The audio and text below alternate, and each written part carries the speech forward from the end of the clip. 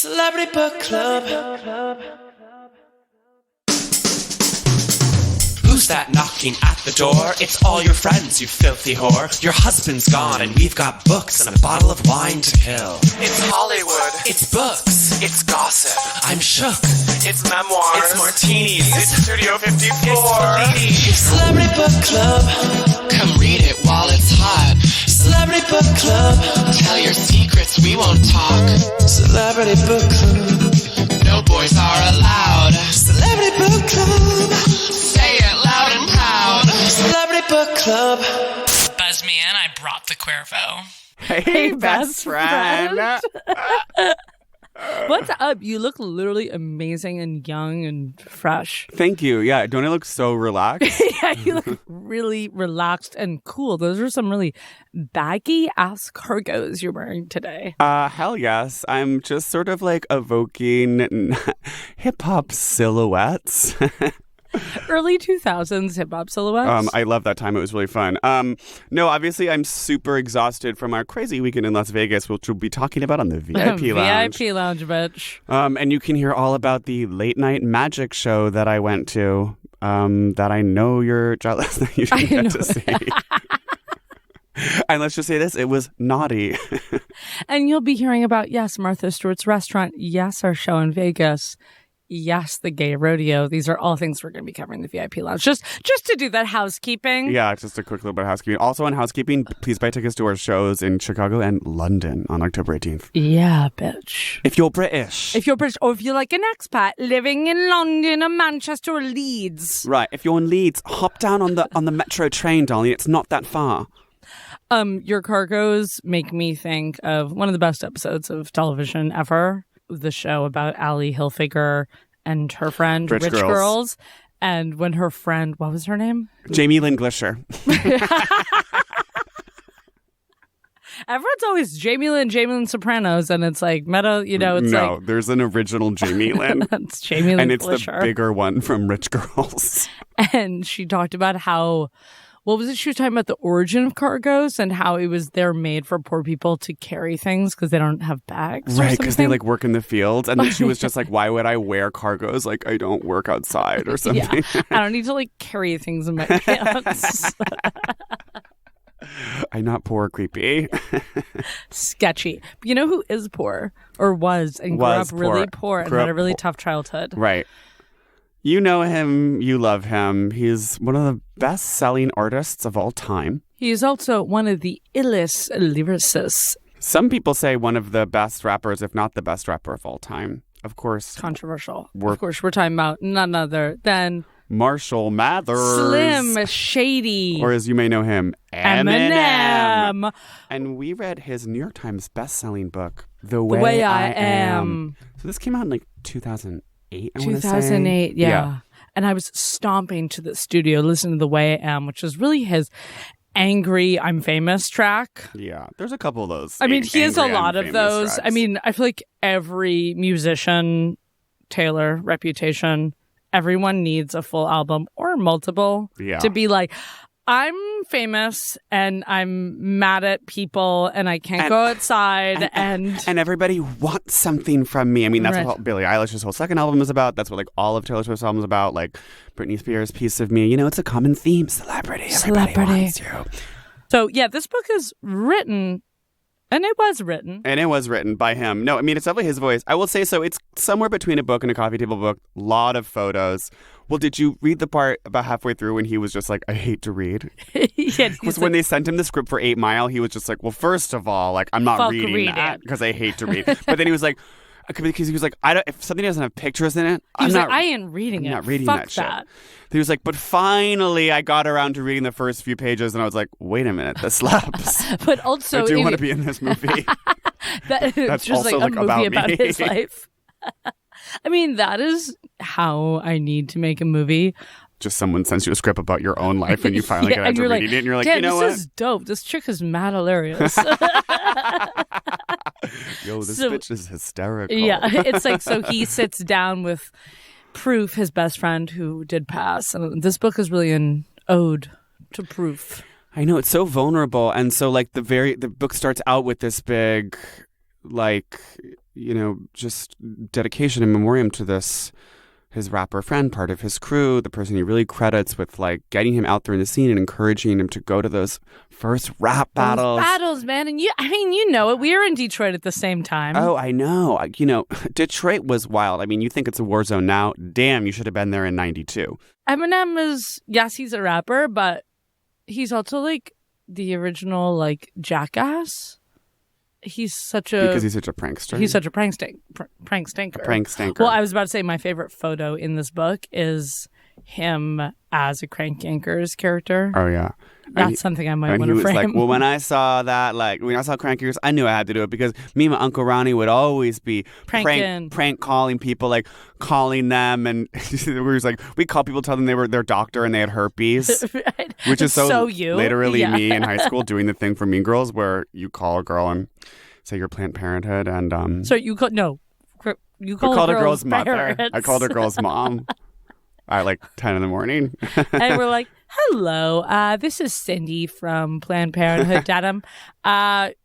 Jenna. Yeah. Can you have Jenna give us a call? Her test results are in. I kept it really short. Just like, did you say the test results are in, or did you say the pregnancy test? No, I said her test results are in.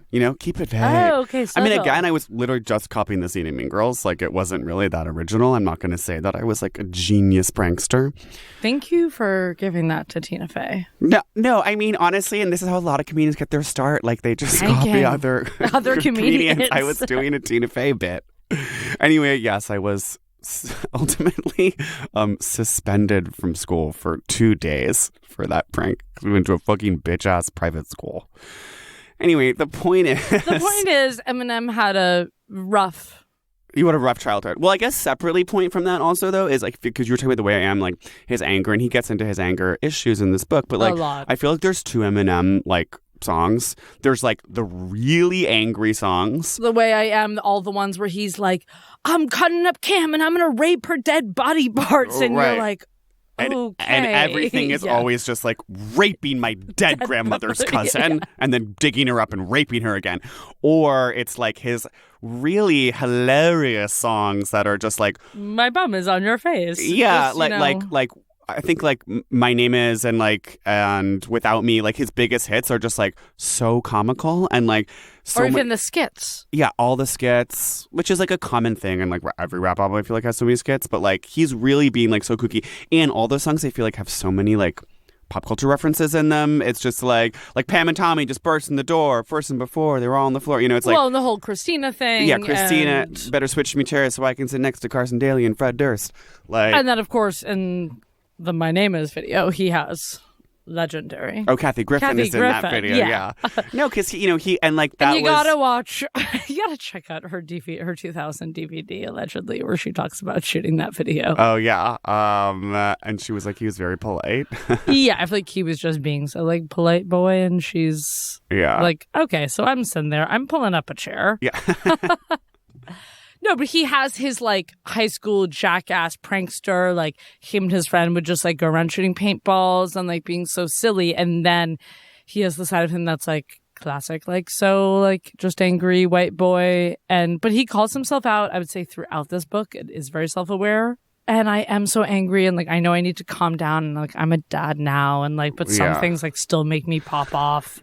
Yeah, I mean, I wouldn't say that he's, like, he's still just, like, a pretty angry person. He's not, like, laughing at anything, and he was just like, yeah, I probably shouldn't have gotten so mad at Triumph the Insult Comic Dog, but, like, sorry I hadn't heard of him. We have to talk about the MTV Awards. Let's just skip to that for a second. So, the infamous time where he wins the award, and, like, basically Triumph the Insult Dog gets, like, in his face. Well, because he had this beef with like both Moby and I guess Christina Aguilera at this time, and like Moby had called him out for being homophobic because like Moby is so annoying. This is the classic Moby.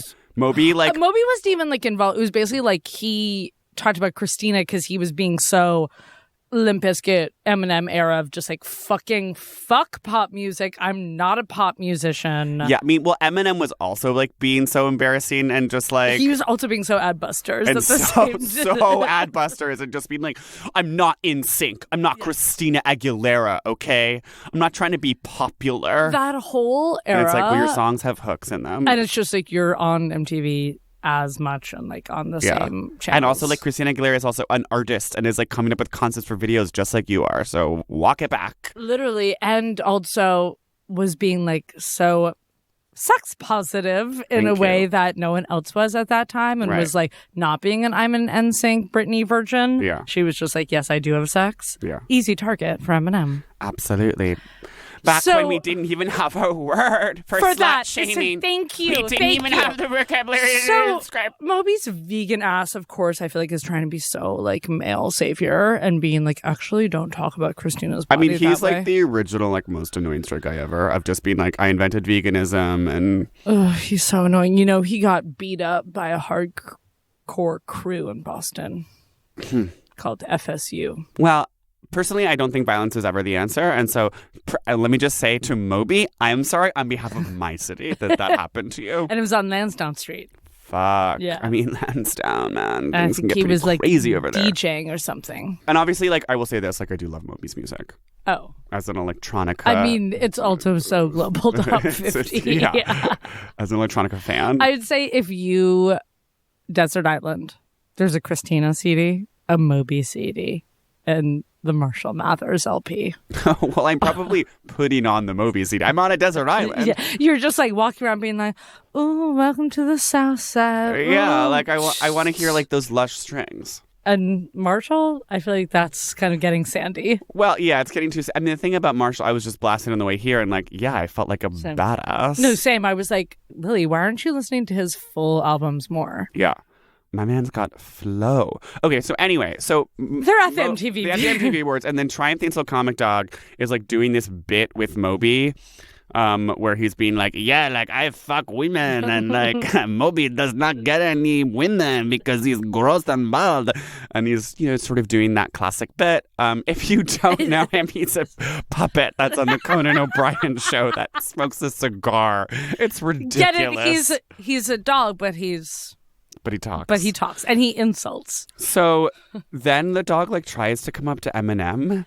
And Eminem literally Eminem is so angry. And he's with his like full entourage and he's just like, get that out of my face, man. Get that out of my face. And then they have to just like cut away and be like, and now Christina Aguilera presenting the award. And he's just and then he goes up and he gets the award. Yeah. And then he goes backstage. And there's just a cooler of drinks. And he goes, yeah. And first, I asked anyone if they wanted a water. No one wanted a water. So I picked the entire cooler up and I threw it against the wall. And then he's like, yeah, no, I was like really angry. And like, I still don't know why that puppet made me so mad. But like, also, that's just such an amazing sentence. He goes, but with everything, Moby, Christina, the puppet, it was all too much. It was too much. And then he keeps saying it again. He was like, a puppet. A puppet. And it's like, yeah, clearly you're still it's like... It's a little bit also him thinking the puppet is like real. A real I think person. so. Because he's like, those fucking puppet people. So that's where you're just like, I'm not sure how self-aware he is, but I do like that he asked if anyone wanted a water before he kind of made the water undrinkable by dumping the cooler out. He's like, no, I actually like which it's like he's goes to his personality. He's like, yeah, I'm gonna be like polite, and if anyone's thirsty, they will get water. But puppets, don't fuck with me. Yeah, he's like a considerate badass. There's also the time where on the set of 8 Mile, like the director really wants him to like pet this horse and they shoot this whole horse that was scene. So funny. He was like, bitch, I'm not petting this horse. Yeah. Wait, and I wrote down. That's too gay. There was some weird shit in 8 Mile too. I fought tooth and nail and won to get this scene with the horse out of the fucking movie because it made no sense whatsoever. Jimmy gets in a fight with his mother and takes his little sister next door to the babysitter. And then he sits down and starts crying, just thinking about his life. But then he turns around and get this, he sees a horse. As in one of those horses the cops ride through the city and shit. Like just describing to us what a horse is. He sees this horse in a junkyard. He doesn't know why it's there. He walks up and starts petting it. Now, there's something about horses in the way they throw their heads up. They jerk their heads around out of fucking nowhere. Curtis kept telling me to grab the reins and pet it. But the horse was doing this crazy head jerky movement. And I thought, any minute this motherfucker is going to lift his head up and bust my fucking jaw. horses and me, we don't get on too well. I wouldn't fuck with a horse. If a horse dissed me, I wouldn't say anything back. Where he's like, if you're a puppet, I will diss you back. But if you're a horse, no, that's where I'll fall back. Like, you're a badass and like... Ultimately, he thinks puppets and horses are people, which is actually like very egalitarian and like beautiful of him. And he treats everyone with the same amount of respect. I mean, puppets, animals, humans. At the same time, if, you know, I'm shooting a movie about my life that someone else wrote.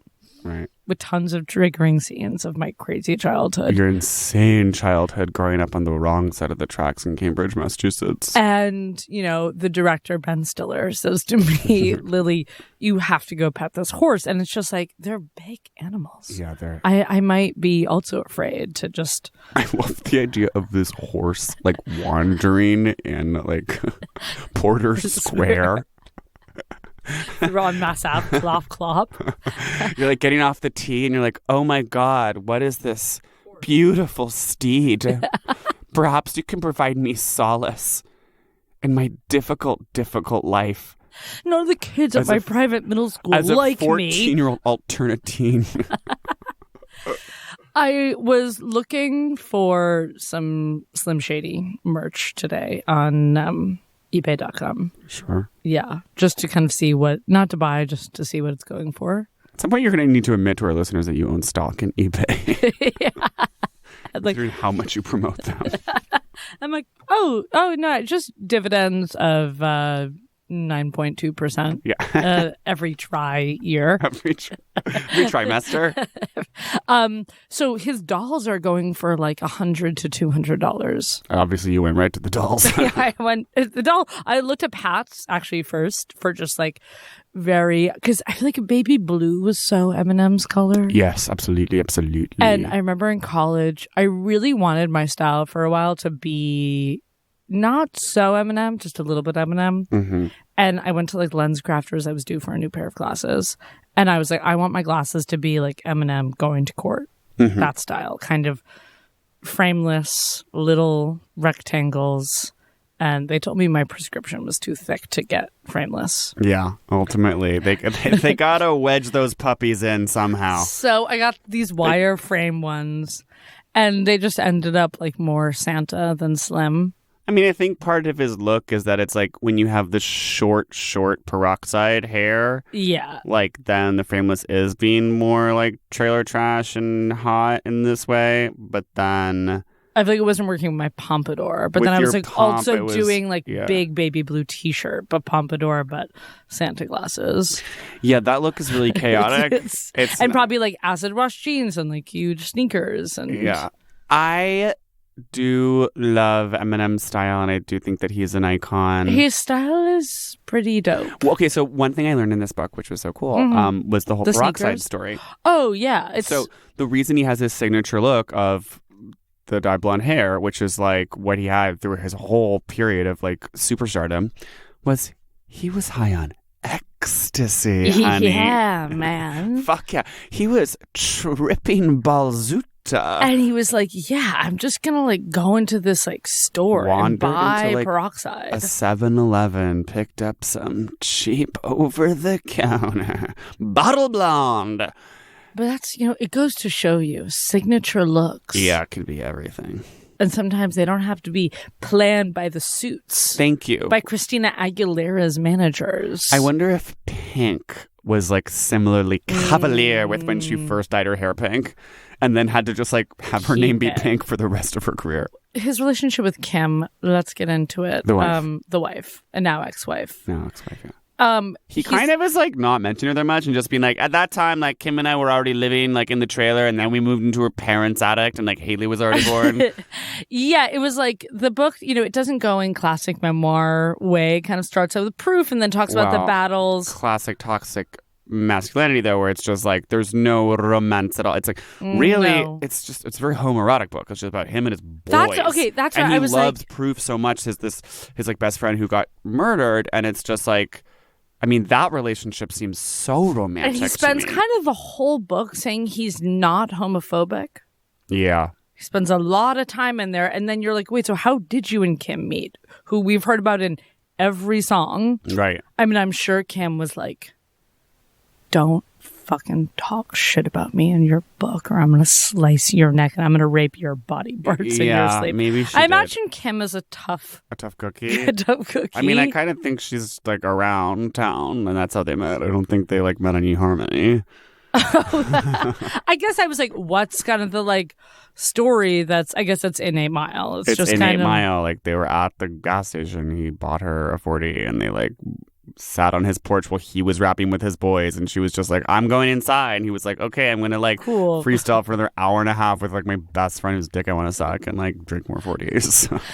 And then I mean he talks a lot about his children, and it really reminded me of Matthew McConaughey in that way where he's like, I felt even more like a man when I had my kid. Yeah. And just like, I felt so strong holding Haley in my arms, and like my arms were so strong from like mopping. Because he was mopping and flipping burgers because so like early in his career, because he like has the kids so like way before he's famous. He's like 17, I think. He's still in school, and he's like, and I wasn't with my mom, and like, it was so cool he is still being just so teen. He's like, it was so dope of Kim's mom to like let us stay in her attic. Yeah. And you're like, that is dope of Kim's. Dope. No, I mean the gratitude is really beautiful. Okay, to the gay stuff, may I read this part about his views and relationship with Elton John? Believe it or not, it was my idea to perform with Elton. I was thinking what would really shock people and ultimately bring them together. Elton and me, we're friends. He got married to another man. He's gay. And we're friends. And who cares? At our rehearsal for the Grammys, he went off about the people who were against me. I think it's hard for some people to understand that for me, the word faggot has nothing to do with sexual preference. I meant something more like assholes or dickheads. When people got all up in arms about it, I started to use it more just to piss them off even worse. But I'm not in a position to really comment on this stuff because I'm not gay. And ultimately, who you choose to be in a relationship with and what you do in your bedroom is your business. It's like, okay, no one asked. No one asked. But then he's like, yeah, no, I started using the word faggot more because like if piss me off, that's what I do. I'm angry and I like to rattle people, but also I'm not gay and like actually do you. I support love is love. Elton. Pronouns. Yeah, it gets like so press release by the end, and you're like, I guess the publicist was just like, and you need to say like. And ultimately, I am not in a position to comment on this because I'm totally not gay at all. Even though what being gay technically is when you are married to a man and you have sex in your bedroom with another man. That's what I've heard by rumor is what being gay is. But I would obviously never partake because that is not my lifestyle, and I do love my voice. Okay, but I was watching Elton John on the Graham Norton show. Oh. Getting ready for our London show. Getting ready for the London show in the Eminem book. And he said that Eminem sent him and his husband cock rings for their wedding. Wait, that is... Isn't that so dope? So I'm like, you aren't homophobic. That's just so celebrity to send like an expensive metal. Kind of revolved Yes. gift. I just like that's so... Like the most celebrity story to me is when Natalie Portman was like talked about how on the set of Closer, Julia Roberts sent her a necklace that said cunt. Oh my God, I forgot about that. It's just like celebrities are so sending gifts to their assistants. Yeah. So you think Elton that John maybe was being like, we're friends, okay? Like we talk all the time. He sent me cock rings. Like he's ridiculous. He's a total prankster. But I do feel like and Proof, I think it's just like maybe a jerked off scenario. Yeah, I don't know. After like throwing paintballs. I feel like they, have not explored each other's bidets, but I do think that there is just an intense homoeroticism that's never been acted on. Or do you think it's just they're not jerking off in the same room? It's just they're watching porn together and like smoking blunts? Yes. I think they're definitely watching porn. Like, because, I mean, this was 96. They're throwing on tapes. Right. Throwing tapes and maybe. Just be like, damn, yeah, look at this slut. Like, look at how she sucks dick. I love this bitch. Like, nice. That's nice toss. Yeah, she got some nice nails. Look at her I love her nails. And it was like, yeah, dude. She's Ask for days. Let's go throw paintballs and buy more bleach blonde dye. Yeah, and they're just like knocking back 40s on their big leather chairs in their carpeted basement. Sounds watching like porn. Us. Yeah. Nice. Watching some dope ass porn. But yeah, I don't think he has gone there. And then there's that part later on when he's talking about how he like his two personalities. Oh, you think one of them's gay? Well, first of all, he has that gay alter ego, Ken Cadiff, who like who's appears. I flike Ken Paves. It's very Ken Paves, and he like appears on song. And there's this like whole skit with him on. I forget the song, but it's like there's like a 2-minute skit at the beginning that's his gay character just being like, "Yeah, honey, you want me to come over and suck you? I melt in your ass, not in your hands, baby." Well, that era I feel like is like. That also SNL era of like people loved doing like gay guy characters. Yes. Do you remember we heard that gossip from a gay guy that Harrison Ford's go-to joke was just to like do a really like 90s gay guy impression? Yes, I do remember that like, gossip. Yes, honey. And that is funny. And Callisto's like, oh. Let's go, Harrison. There it goes again with his gay guy impression. He's 80 being like, pass the crystal, bitch. Oh, he sounds so chill. Are you referring to this not other that alter ego? I know this other part where he's like, there's two sides. Like, people don't know the real me. Like, there's angry me, there's dad me, and then there's like the homophobic trickster. Guess that's me. And he's kind of like down on himself for people thinking he's homophobic. Well, he's saying like, yeah, because there's Marshall, who's like a nerd, and like Eminem, who's really serious and like sober. And then there's like Slim Shady, who's like homophobic and like drunk. The prankster. Yeah.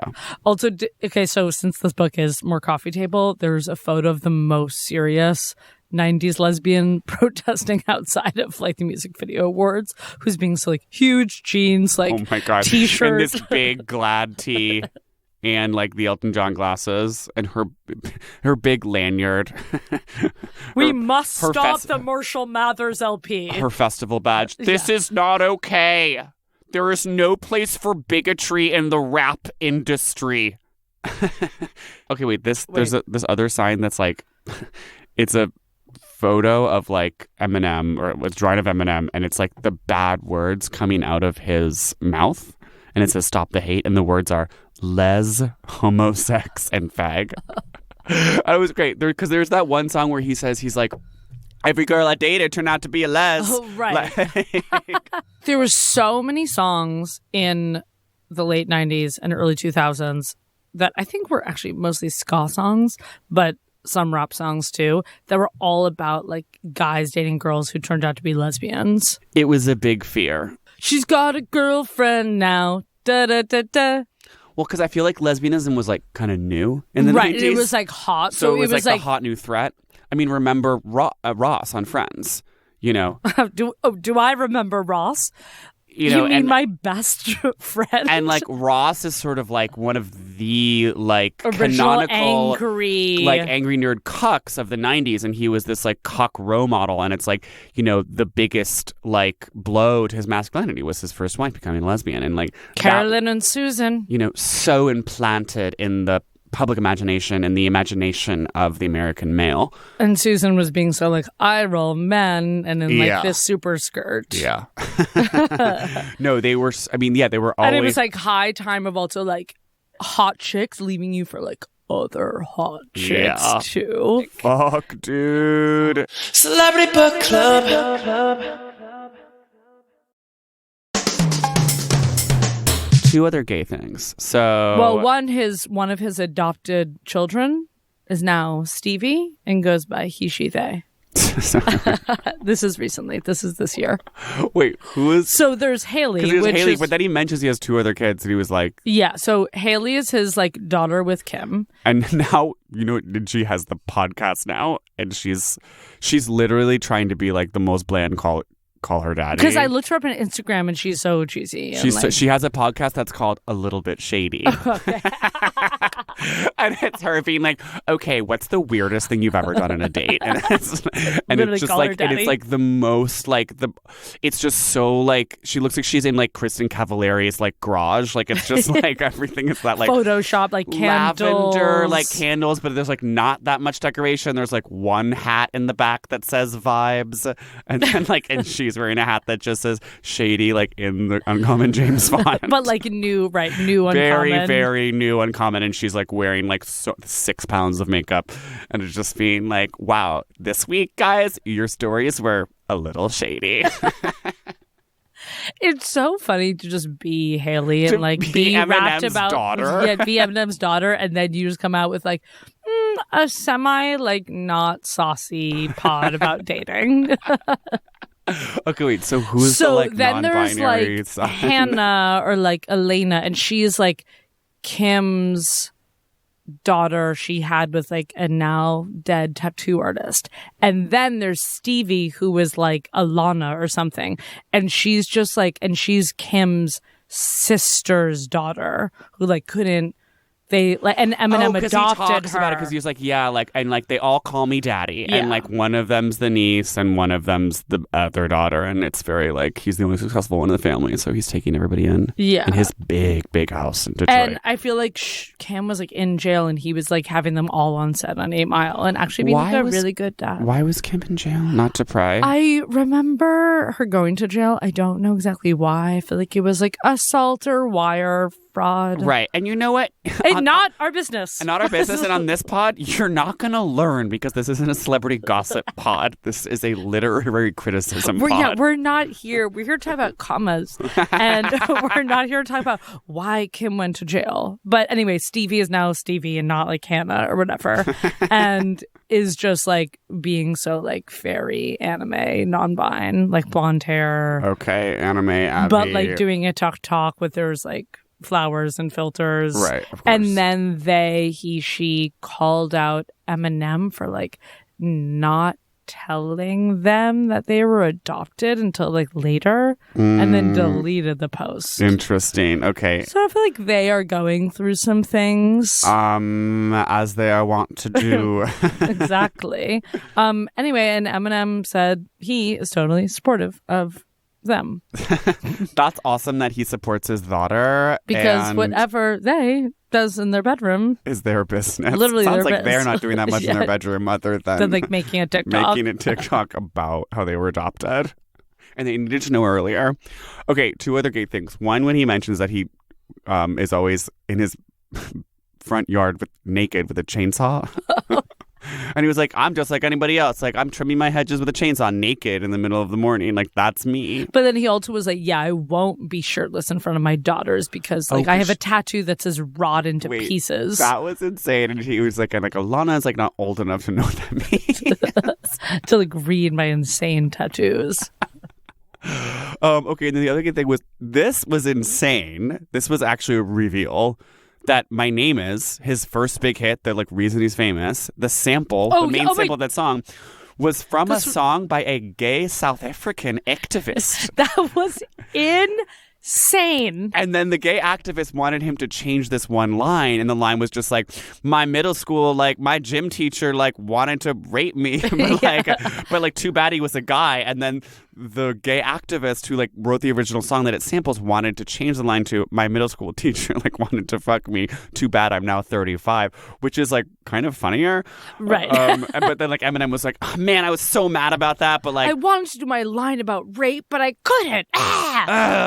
So don't control me. Dre and I went back in the studio, and he was like, I tried to come up with like a different beat, but like ultimately I couldn't. Yeah, because I feel like he had already kind of made the song and like it already worked. And I mean, that beat is so my name fire. Is He knew he couldn't come up with anything better than a South African activist. And you know, that beat, it's almost a little like Transylvania. It's like that harpsichord that's like a little bit minor and kind of like funky in this way. I love us both being like different types of musicologists on this pod. Like, you're talking about Transylvanian minor chords, and I'm kind of dropping ska tracks that you don't know, and I don't really like know what you mean by a minor. Yeah. It means when it's a little dark, a little bit more sad. I know, you know what a minor chord is. I kid. I know what a minor chord is. But that harpsichord has that kind of tinny sound that it like does evoke something like a little bit like dark and haunted, twisted. like spooky. Yes. And I think like that gives that song this like playfulness, that, totally menace, creepy. I escaped from a mental institution. Well, and that was so like, and he was. I feel like he's so like straitjacket, and like that era is like a little bit like is in punk the video is very he like. It was so pop punk in that era to be like Blink-182 is also breaking out yeah. of a straitjacket and like running nude and then like ass But out. that gives him, and I think that's also like, you know, when you talk about him being a bridge between the black community and the white community, which I think is like a huge like goal of his that he like talks about a lot in the book. And he was just like, the last sentence is, didn't matter that I was white. I just like hope people like my music and that I was a bridge. And he like feels like he got a lot of white people into rap music, and he also like, you know, got a lot of black people to respect white rappers. Rap forced me to deal with people socially. It forced me to get off my ass and shout shit at people. It felt good. Hip-hop was a community where I could fit in, and it really didn't matter that I was white. Hip-hop made me feel like I was on a team. I love that. I think more he's trying to tell people, because I feel like so many early cancelistas were like really trying to make him like an appropriator. And I think he's just trying to say, like, I love everyone, black culture, I love music. And... yeah, I was doing the music I liked. Right. And obviously, you know, there's a difference between Eminem and, like, Limp Bizkit, who were being, I feel like Eminem was much more, like, part of the Detroit, like, rap community rather than kind of, like, the suburban rap rock that, like, came out of that I would say probably was a little more, like, just angry suburban white guy stuff. Right. I feel like the whole thing with Eminem is that more like he is from a poor community in Detroit and like did have a lot of black friends and was like, yes, we're rapping. And that's why it was hard for him to be accepted, because he was really trying to be accepted, like specifically by the hip hop community, by black rappers. I'm just saying, and it wasn't Eminem like, has more like cred than I feel like some of the others of that era. Well, he definitely, I don't think that, but I don't think Limp Bizkit is a good comparison. I think what is a good comparison is like Vanilla Ice, for example, which he talks about. And he's like, Vanilla Ice made it so hard for white rappers to be accepted. He's like, after Vanilla Ice, like no white rappers can get any respect because like Vanilla Ice is such a tool. And like Vanilla Ice really like was a joke and was like not coming. This is what I'm saying. I feel like Fred Durst was coming from more of a Vanilla Ice standpoint of like being more of like a joke to the rap community, and I think he was like trying to be a little more like hip hop. Yeah, I wouldn't say that. I don't think that Limp Bizkit is trying to do what Vanilla Ice was doing. I'm saying I can get the criticism more of like people who are fans of rap and were just like rap rock like sucks, and like Eminem was being an actual rapper is what I'm trying to say. Right. Well, that's also a whole different story, which is more like genre delusion and like diluting a genre so that it like doesn't feel like what it's supposed to be. Because in that sense, Eminem also is very like faithful, I think, to hip hop's roots, because like his music is very much just like exactly. That's all because at that same time, I think people were trying to also put Eminem with the Corns and the Fred Durst and like that whole crew, because that music came up at the same time. Well, so this comes back to another, I think, this other topic though of this like bridging the black and the white community and also being a voice for like underclass resentment, which I think that like Eminem definitely is. And like Korn and Limp Bizkit, I think also became a little bit associated with that because of like being punk and being anti-establishment and being kind of skater and being like a little bit in that world. And like Eminem was even more like, I am like white he was trailer like trash. I am poor. I'm like had like you know was going from trailer to trailer. Yeah. And then like the Corns and Limp Bizkit were just like, yeah, like I'm from the suburbs and like it fucking sucks. And I think their work is definitely less sort of less powerful and less class conscious. And it's a little more, I'm a freak, you know? Yeah. But all this is to say, I think that Eminem was like partly successful because I think his sound, in addition to his like being so like faithful to like hip hop roots and like the hip hop sound and just like, you know, us saying the hip hop sound over and over in this episode. Oh, well, actually I have a really funny question to ask you after this. Okay. His sound was individual, but then also had a lot of both material and then like references that like drew in white people to the hip hop world. But here's my question for you, Lily. What do you make of the current state of hip hop?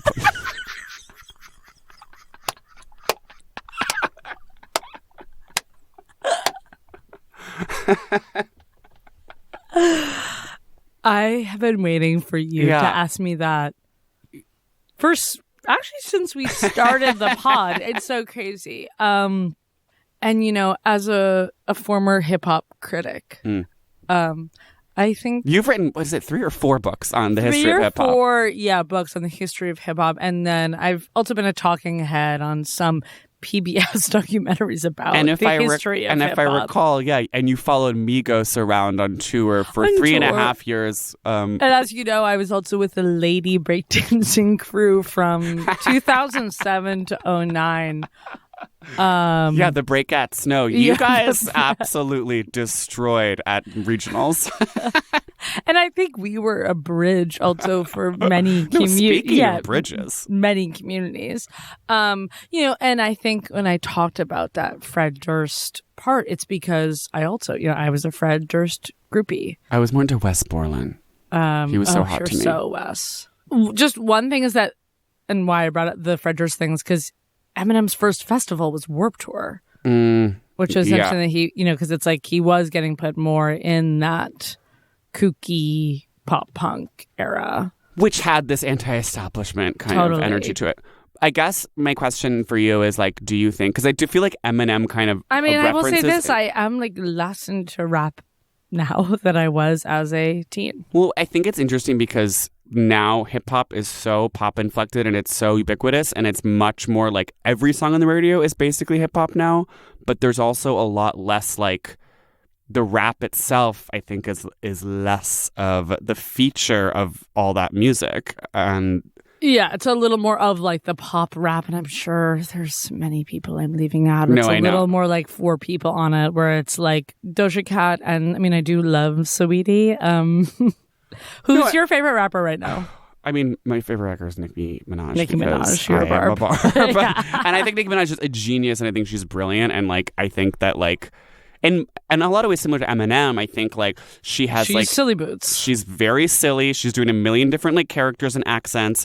I do like when in the book when he'll talk about like the specific way he rhymes. He's like, when I was rhyming birthday with first place, like that was like he was like, I wasn't really rhyming. It was like compound syllable rhyme that like that Proof was also doing. He was like, whoa, like you're a genius for doing this. And like I think like Nicki does these rhymes that are different like that are like so funky and silly, and she has like incredibly clear diction and raps really fast in this way that's very impressive in the way that Eminem does. So I like her a lot. But yeah, I think most of the rap that you hear on the radio these days is not as.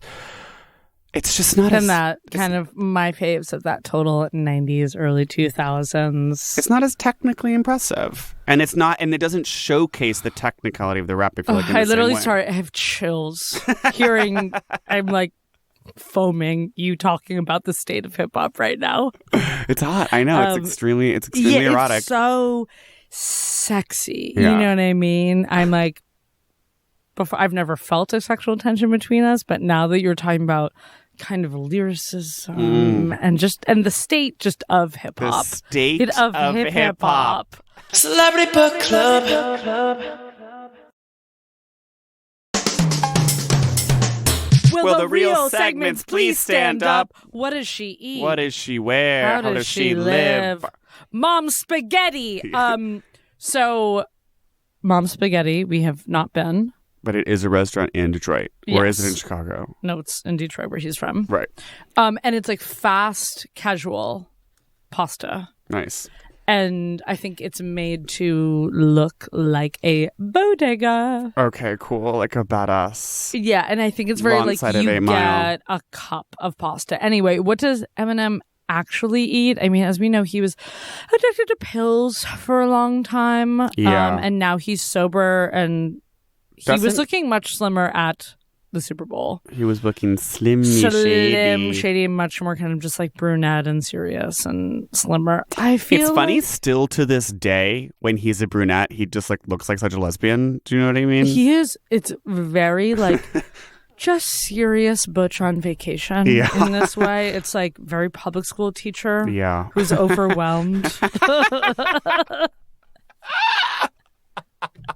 Which again goes back to me. It's like if you are peroxide and like in a huge Slim Shady sweatpants, the glasses would have worked. But with my current old look, that didn't work. I mean, what is he eating? I honestly am just like, I feel like he's a little like food is fuel and like salmon with like a really buttered rice. I'm not seeing that. I think that he is just like so many big trays, and it's just this is what I'm saying. It's like I'm thinking this because I walked by this bar by my house and they were selling You're not ready for this. The menu, salmon for $40. This is like a corner bar. I was like, at a bar with like a pop-up chef, and I was like, what the fuck are you doing with this $40 salmon?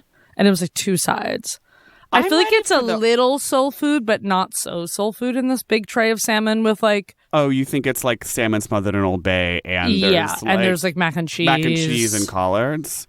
I think there's big trays, but I think it's a little bit more game day, and it's just like chili, wings, nachos, and it's like, and there's like the housekeeper is just like, oh, like Clarita, like what did you make today? And she's just like, I made chili. Yeah, and then sometimes there's salmon, and he's like, this broccoli's dope.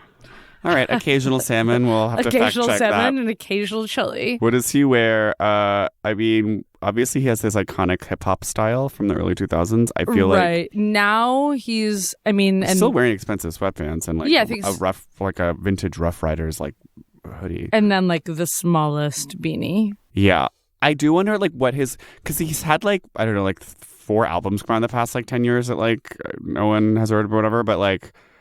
I mean, they're all just like still the best-selling album of the year, but like I don't know why. I know of like his modern. I think it's just a little more heathered, like at home. Heathered at home, but then maybe like I feel like he's maybe like I want to say like he's 3-piece suit. It is like too bad. I feel like his style, early 2000s, one of those people that like was so amazing, and he was in so many cool puffers, and he talks about like to make money, how he was like. Painting people that's another gay thing. Sorry, he was like, making jeans and puffers. Yeah, that was wild to me that he was making custom. Like he would like paint Eazy-E on the back of someone's denim jacket for them, and he was stealing all this puffy paint and then like making beautiful designs. So and also inspired. his drawings throughout the book. Oh, he's an amazing artist. Very DeviantArt. I was about to say he's so Tumblr in this way, where it's like, oh, so it turns out he's trans. Yeah, Stevie, and no wonder he approves. How does he live? I think it's just like big ass comfortable leather couch. Yeah, I just picture like the hugest, emptiest house where it's just like so well, his leather, office was marble. Extremely me. It was like dolls and DVDs. It was dolls and DVDs. I love the part who was just like, man, DVDs. I'm always watching DVDs. People are always joshing me for watching the same DVDs over and over again. I don't care. I memorize the director's commentary on my fave DVDs. Obsessed. I love when people. But he's like, big mahogany desk. Oh, yeah. I love when people talk about their love of like a piece of culture, but as kind of the way they inhale it. Because like now people will be like, oh, you know what my interest is Netflix. Yeah. You're like, I love Spotify. Yeah. You're like, music? Movies? Music? Or, do you like, you just simply like music? The surface. It's a mahogany desk. I think the office is still pretty packed, like tons of gold records. So many framed gold records. Tons of rooms for all of his like adopted children. I guess what's interesting to me is I feel like he has not like updated the house to current times, and it's still being very 2005 and like cup holder massive, so many leather sofas and like. I tried out this leather sofa once when I was waiting for my car to be fixed, and it had like little lights and USB chargers in them, and I think he like just got a new one of those maybe. Or I'm totally wrong and he has renovated it, and now it's just like has like brand new like marble floors and then like cedar floors and a different floor, and there is like an infrared sauna and like a gym he doesn't use. Cedar floors. I wonder about kind of his assets in that way, where it's like, is he... He is so fucking rich because he was like the last person to get rich off the music industry. And he even talks about in this book, he's like, no one's buying albums anymore. You know what's insane? So I was looking at a list, top selling artists of the 2000s decade. You're on Billboard.com. It was on Wikipedia. Guess who number 1 is? Mathers? Eminem. Wow. I mean, it makes sense. But all the other ones, it's like Drake, Rihanna, Taylor Swift, like people who are, I think, are... But that's because he was the last of the CDs, He was the last of the CD era. And so they all like became popular just by having like a gazillion hit songs like throughout the entire decade. And like, you know, he was only like super popular until like 2003, 2004. But because he was so popular in those 3 years because you could sell so many fucking albums. It's so many CDs. I mean, do you just remember everyone had that copy? He said things here. It's like first week sales of his greatest hits album were like 500,000. You would never do 500,000 on anything now, and that was like a shitty album for him. So I think it's framed so many gold records, and then like also I do think it is huge photos of his children and like frame photos of like his art. I actually think it's like the house is a little more crowded. And okay. Oh, and do you think I think he has like custom paintings of his children. Yeah, I think it's like big gilded frame custom painting of Stevie, Haley, and Alana. Yep. High bed or low bed? I think it's medium. I can't imagine him like going that low because he'd be like, that's gay and that's for two men to do something in their own bedroom alone. Yeah. But high almost also seems too femme in this way. Yeah. Because like, he is single. Yeah, and he's not being so like, I don't think he marriage bed with so many like throw pillows. But I do feel like it's a 4-poster. I feel like you don't think it's like a black headboard, or is it so cheesy in white leather? Okay, maybe I take that all back. It's a white leather headboard. It's got a really deep base in between the mattress and the knot and the floor, but it is medium height. And there's tons of like room on the side for like it's like chargers and iPads. And do you think he's still pulling tail? I kind of feel like he hasn't had sex in 2 years. I agree. Since the Super Bowl. Yeah. And 50 was like, dude. And he could. You have to get some tail. You have to get some tail. And 50's just like, yo, M, like, do you want. Call this chick. Call this chick. Like, she can come over and like hoover you up. And he's like, I can't come anymore. Yeah. Okay, who are you in the book? I mean, there are parts of me that I'm obviously not as like angry as M. But you are like selling t-shirts. I'm selling t-shirts, also his handwriting. So half of this book is like his lyric pages. All of his lyric pages are so me, and like my weird half-written creepy comedy notebooks that are such crazy scrawls. Yeah, it's very like there's a method to the madness, but honey, all I see is madness. Like it's very crazy. You do scrawl in a crazy way. So I would say that's the part I related with. Cool. So you're Marshall Mathers. So I'm Marshall Mathers, but just kind of the skit part about him. Are you? What is gay alter ego Ken Gaddiff? My Elton John's husband? Being like, no, it's hilarious. The cock rings are hilarious. Yeah, we love the cock rings. They're really fun. You've met M once. I'm Triumph the insult comic I was dog. about to say you're Triumph. I think you are. You're like this crazy puppet just saying ridiculous things. I'm a mean little puppet. Anyway, I actually really liked this book. I thought it was eye-opening. It was beautifully laid out. I would have to say this is something I'm going to keep on my coffee table. Yeah. I think I'm going to give it a 4.2 puffy painted puffers that Eminem made out of 5. Because truly through the graphic design, the photos are amazing. I give it 4 out of 5 bullets and a Glock. And I think I would love guests in my home to just come in and be able to flip through these amazing photos. And there's, huge quotes. You can just kind of grab onto something. And it is, I think, a record of a time of the early 2000s and what was really happening during that time. Yeah. And there's a ton of like gorgeous backstage photos and like, concert passes. And lyrics, crumpled up piece of paper. And, yeah, you really remember, wow, it was a different era. It really was. It was fun. We were buying CDs, watching music videos. We were having fun. Now what do we do? Just scroll. Scroll. Well, Club Kids. It's been another wild journey through a celebrity's book. Go buy a CD. Go buy a Head CD. over to Best Buy and buy a $24.99 Selena Gomez disc. Listen to it on your JVC. Support the industry. Yeah. Please. Best.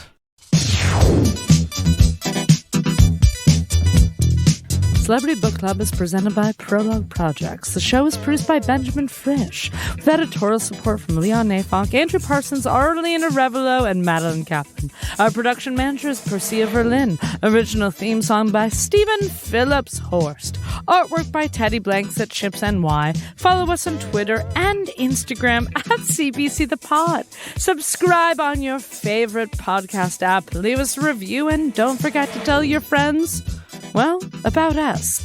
And don't forget to go to patreon.com for access to the VIP Lounge, our exclusive bonus podcast.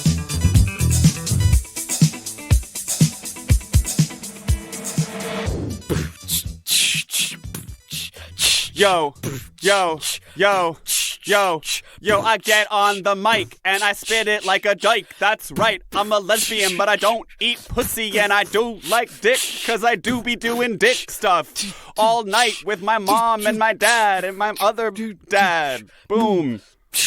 Boom. What up? My name is Lily, and I do get silly. I knock rhymes in Boston like Ben Affleck. We eat Boston baked beans and clams. We love seafood, but hate fucking ham. Your ass is mine. I don't eat dick. I ain't a faggot, bitch, so suck this clit. Oh, shit. Oh, shit. Oh, shit. Wait, I totally thought I was Steven rhymes like a little bitch. He wants his mac and cheese because he's rich. Put some foie gras on it, then I'ma eat a dick. I'm a little faggot, bitch. Give me a ship.